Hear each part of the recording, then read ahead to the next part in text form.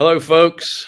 I am Bill Fairman, and thank you so much for joining us on the Passive Accredited Investor Show. I am live in Orlando, where I attended the Collective Genius Mastermind, and we're going to give you a few of the takeaways that we got from the meeting right after this.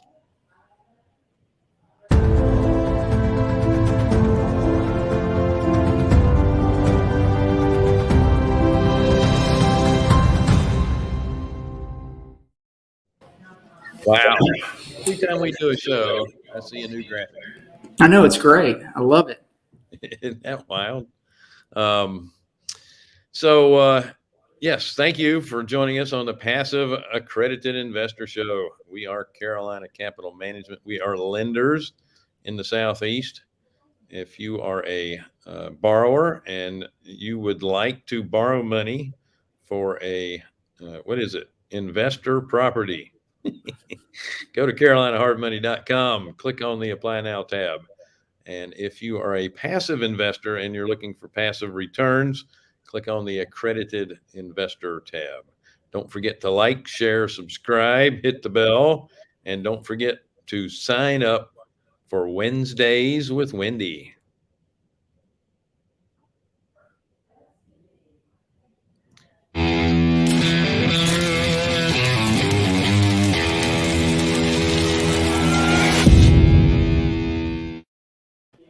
Wendy actually devotes Wednesdays, so she's given 30 minutes of her time to each person on the schedule that day to talk about anything real estate. It's pretty cool. You get on a Zoom call or FaceTime or just a regular phone call, but she'll talk about anything real estate related to you. You can book with her on the link there and on the screen or over there in the excuse me, got all choked up. The comment section on the right hand side or underneath, depending on the platform you're viewing us from.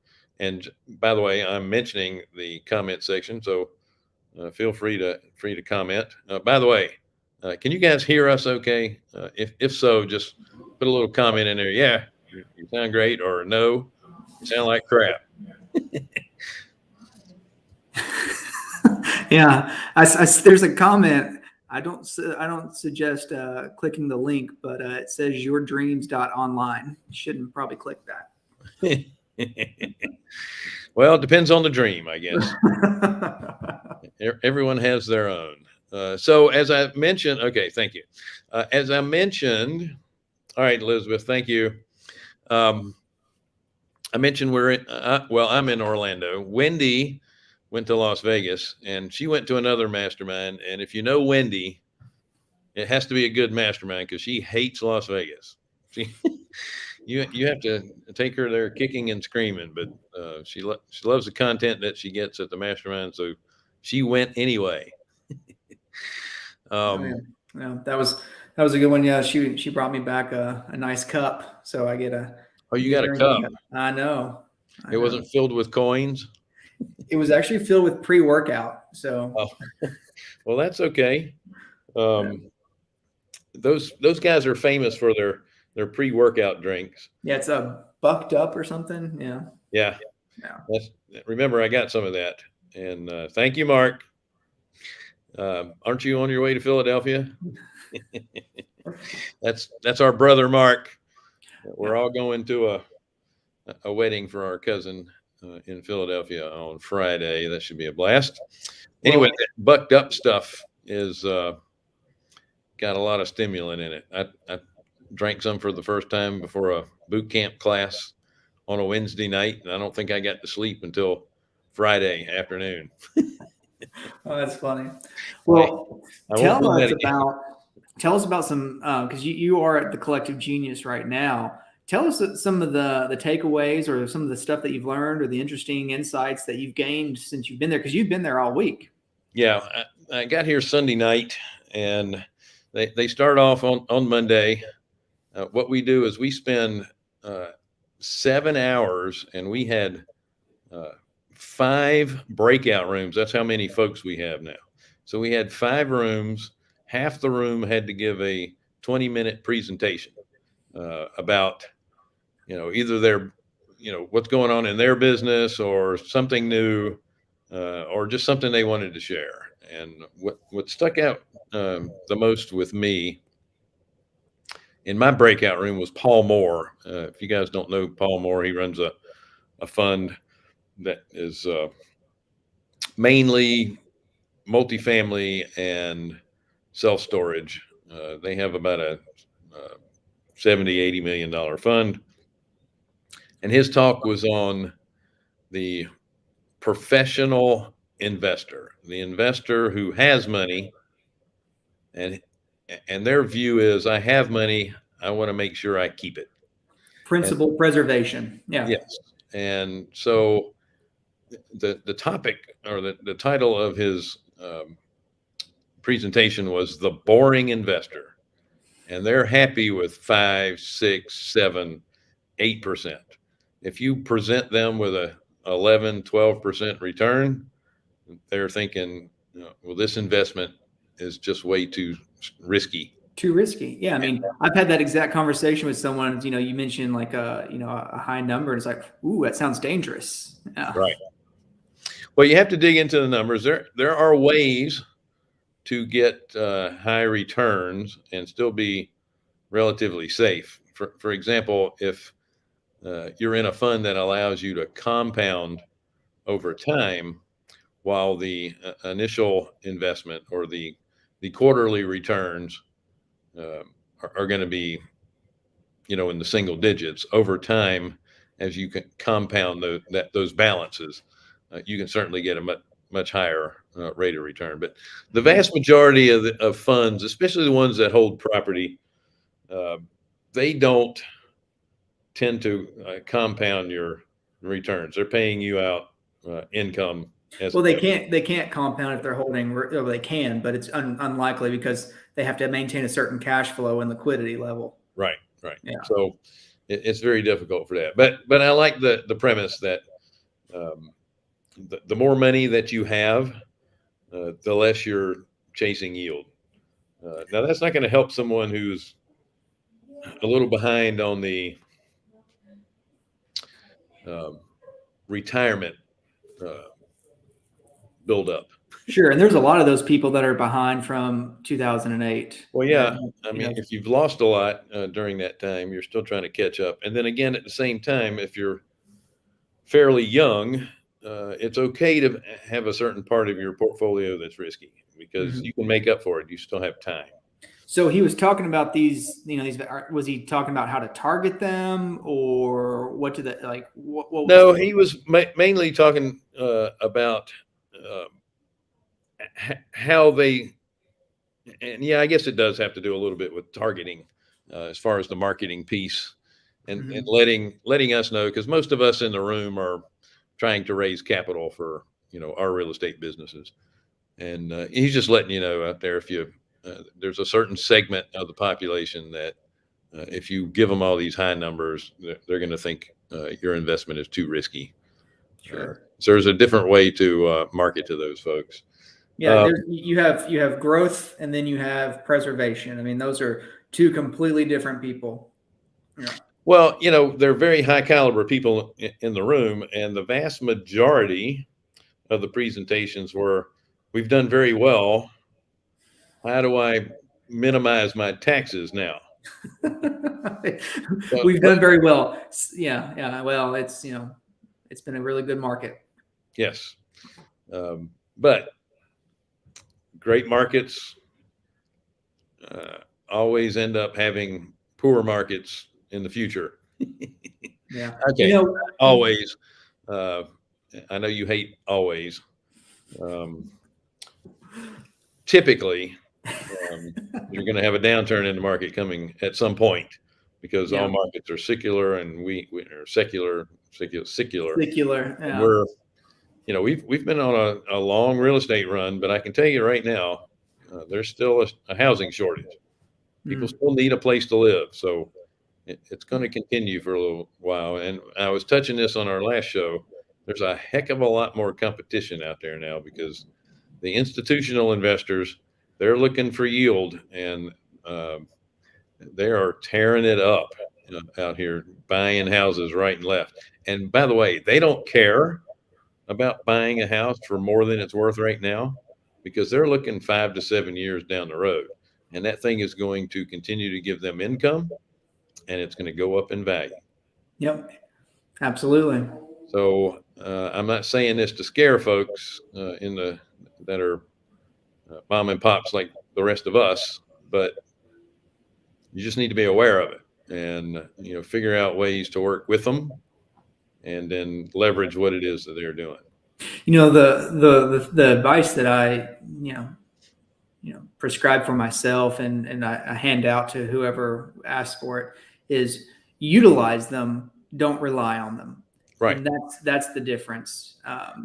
Utilize those people in the market, or those institutions that are coming in to help create additional revenue streams for your company or for yourself or what have you, but don't pigeonhole yourself into relying on them to feed a machine that you're now creating, or to be your only capital source. That is a recipe for disaster. Ask anyone who's been in real estate for more than 10 years. Yeah. Now here's another thing along those same lines. You need to diversify your income streams as well. There was some statistics that were quoted about a couple of these big home buyers, institutional home buyers. And oh, by the way, they buy in one name, and then they have 4 or 5 other companies that they're buying in those names, but they're all the same company. They're buying in different entities. But they spent I think it was the month of November, this one company spent $27 million in assignment fees. So they're finding wholesalers to find homes for them, and they spent $27 million in a month in assignment fees. But there's another company called Sundance that's out there talking about how evil the wholesalers are, and that we're the trusted alternative, blah blah blah. But they're still doing the same thing. Yeah, they just got an $80 million infusion of cash around the funding that they did through Wall Street. And do you think they could take $27 million of that and just use it for marketing instead of paying assignment fees? Yeah, they're trying to demonize the wholesaler, and just like every other industry, there are a few bad eggs for sure, but all in all, the majority of wholesalers that we've worked with or that we know are very stand up, very reputable. Absolutely. Yeah. And that gets me to my next presentation, and it was by Eli Fisher, and his presentation was on dictating your narrative and telling your story, because like this company Sundance, they're telling a story about you. You need to tell your story first. It needs to be about helping people. Listen, the vast majority of the Collective Genius folks are wholesalers, and I've seen firsthand on what they do for their teams, their communities. There was an example on Monday where this wholesaler not only helped the family get out of a upcoming foreclosure by buying their home, and they got it at a decent price, don't get me wrong, but they took a portion of the profits that they made. They went and bought a pretty nice single wide mobile home. Some of their people on their team actually donated more money and labor to help them move to this new single wide mobile home, and they gave it to them free and clear so they wouldn't have these financial problems again. See, that's awesome. I love that. But you're not going to hear about that, because all wholesalers are evil. they're just there to use predatory ways to take your home from you. No, there are good wholesalers and bad. Like I said, Sure. there's bad eggs, but the good wholesalers are far outweigh the bad. And most of them, like, they are problem solvers. They are helping you solve a problem for the as the for the seller, and then they're helping the buyer who could be another end user, or it could be an investor, and they're helping them either get inventory or find a final home. So yeah, I get why you said it was called Sundance. Sundance is Sundance is trying to demonize them to create to create more market share for themselves, but wholesalers all in all are they're problem solvers.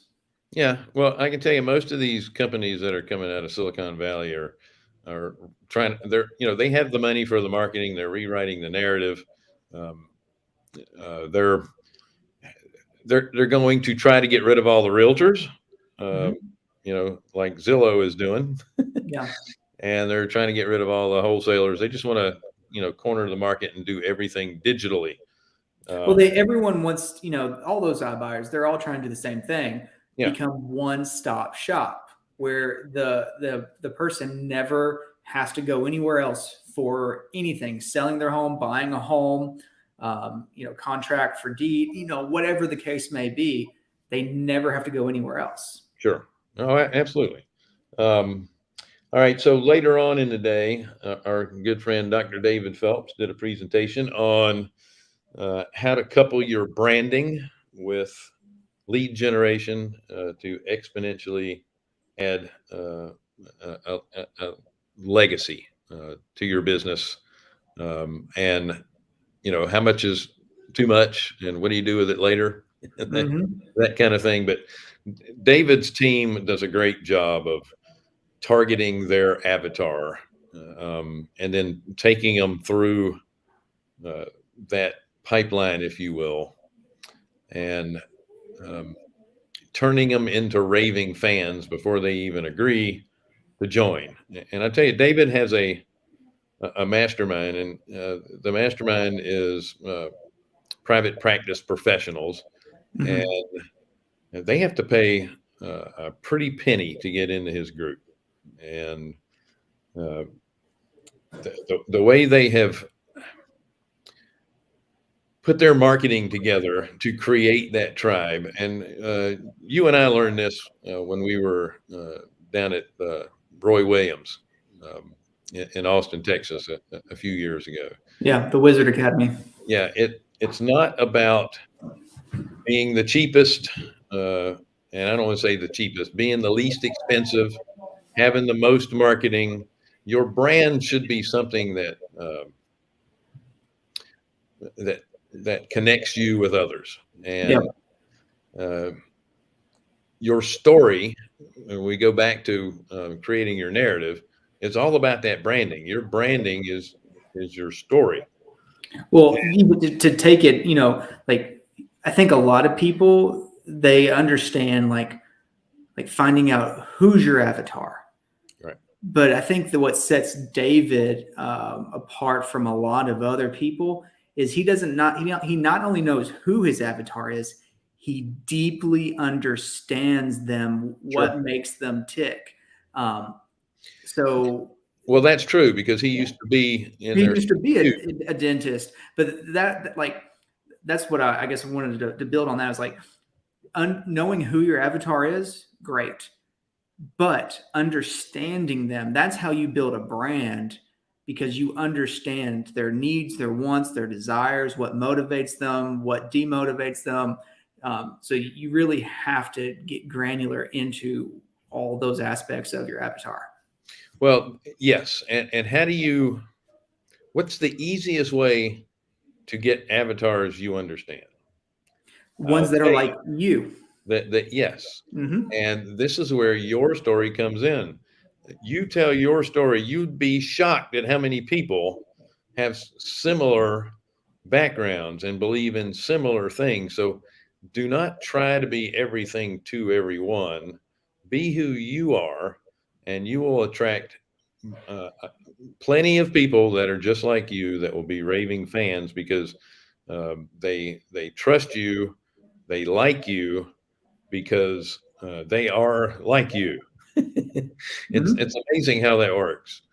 Oh yeah, I mean I mean even the differences between you and me, Bill. There are people who really are drawn to you because you have more the feels and the emotional intelligence, and they think I'm a crook because I don't have that. But I have people who are more but you have people that are very analytical. I would say, and I'm not trying to pigeonhole people, but folks that are more engineer type personalities, right?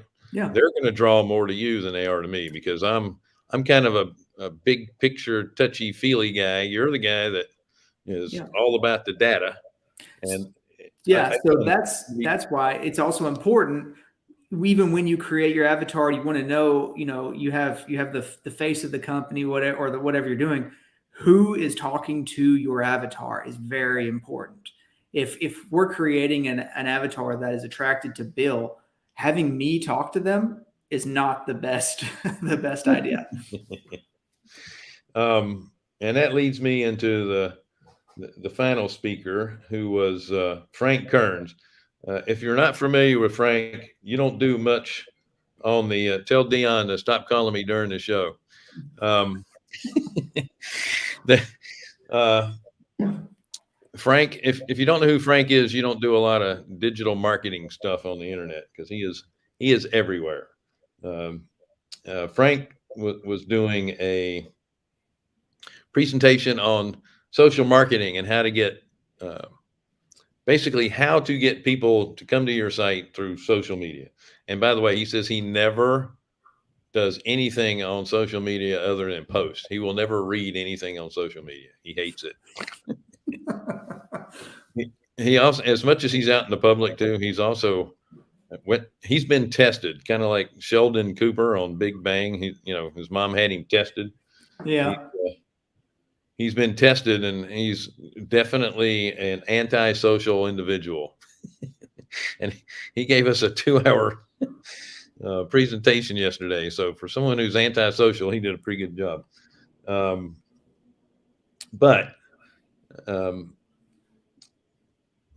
the essence of what he is talking about is posting on Instagram, Facebook, those types of things, and do it consistently.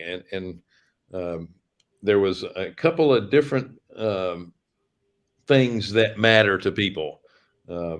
Emotions. Why does this matter? And then he sat down and gave us and then connection.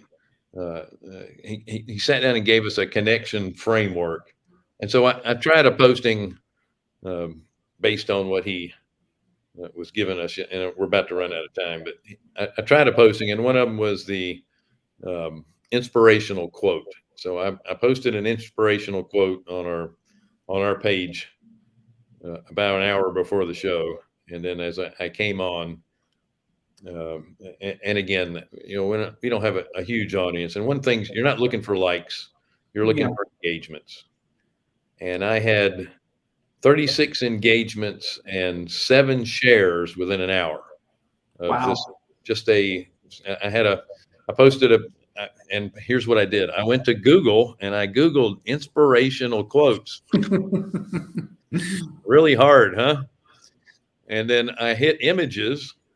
And this is one of the things Frank taught is you don't want to have to write your own quote. Just click the image because most of those images have the quote right there. Yeah. And I posted a picture of Dwayne Johnson with his quote. And then I just commented on the quote, added my 2 cents worth, and then asked, well, what do you think? Yeah. And that way you get people to reply. So you're getting engagements, you're getting likes, you're getting shares. You're not looking for followers. And the way the algorithms work in Instagram and Facebook is the more that your post is engaging, the more they'll start putting out in front of those people that, have commented on it or engaged in it. They're going to send it out to more of those folks. Yeah, exactly. And then as an ad campaign, if you're looking at these, you see which ones work and the ones that get the most engagement, then you just take that same thing. You don't have to do anything else. Just turn it into an ad and then put some sort of an offer at the bottom. Speaking of offers, we're launching a new fund. It will be available probably by the end of next week to get started with. It's going to be a little over $3 million raise, and it is going to be on multifamily. If you want details, email Jonathan at carolinahardmoney.com, Jonathan at carolinahardmoney.com. He can give you all the information for it. We'll have it available. We'll do a webinar on it here shortly. Yep, absolutely. That said, folks, we are definitely out of time. Thanks for joining us on the Accredited Investor Show. We are Carolina Capital Management. I'm sorry, the Passive Accredited Investor Show. But we are Carolina Capital Management. How long have we been doing this? We are Carolina Capital Management. We are lenders in the Southeast for real estate investors. If you're interested in borrowing money, go to carolinahardmoney.com and click on the Apply Now tab. If you are a passive investor looking for passive returns, click on the Accredited Investor tab. I'm all choked up again. Don't forget to like, share, subscribe, and hit the bell. And sign up with Wednesdays with Wendy. Guys, I appreciate it. There's her link. It's over there in the comments section as well to sign up. Yep. Folks, have a wonderful week. Enjoy the pool day, Bill. Thank you. Have a great weekend. We'll talk to you next Thursday. Bye-bye.